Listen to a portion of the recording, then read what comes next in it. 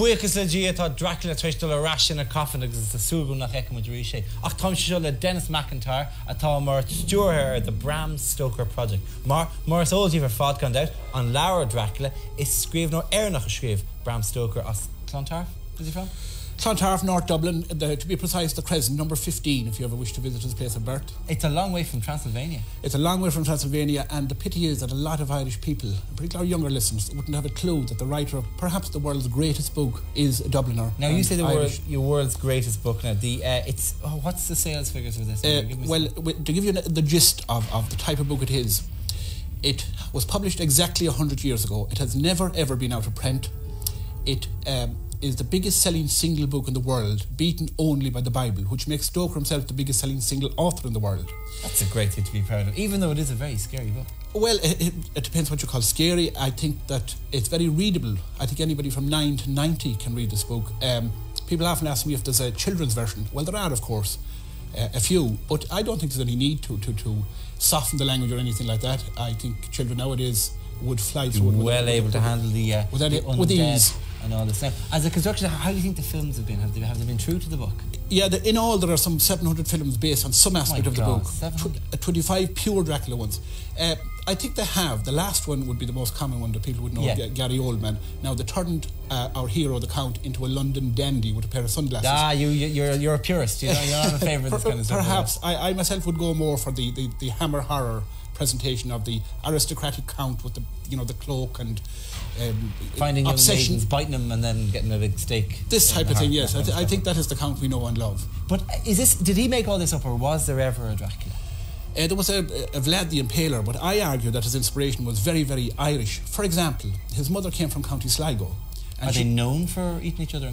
Well, I might elaborate a little bit. She lived through a dreadful cholera epidemic in 1932, where they had no cure for this dreadful disease.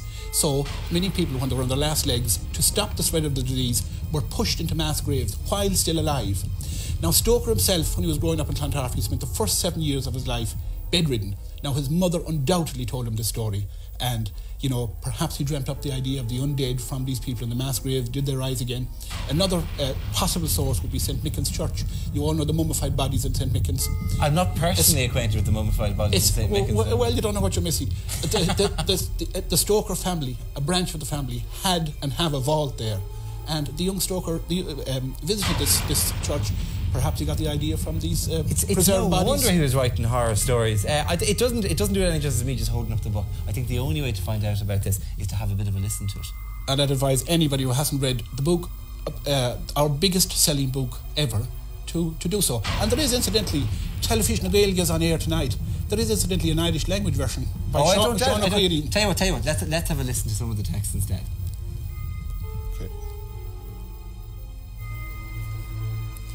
The great box was in the same place, close against the wall, but the lid was laid on it, not fastened down, but with the nails ready in their places to be hammered home. I knew I must search the body for the key, so I raised the lid and laid it back against the wall. And then I saw something which filled my very soul with horror.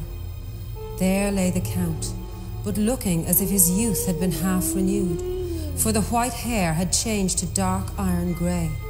The cheeks were fuller, and the white skin seemed ruby red underneath. The mouth was redder than ever, for on the lips were gouts of fresh blood, which trickled from the corners of the mouth and ran over the chin and neck. Even the deep burning eyes seemed set amongst swollen flesh, for the lids and pouches underneath were bloated. It seemed as if the whole awful creature were simply gorged with blood.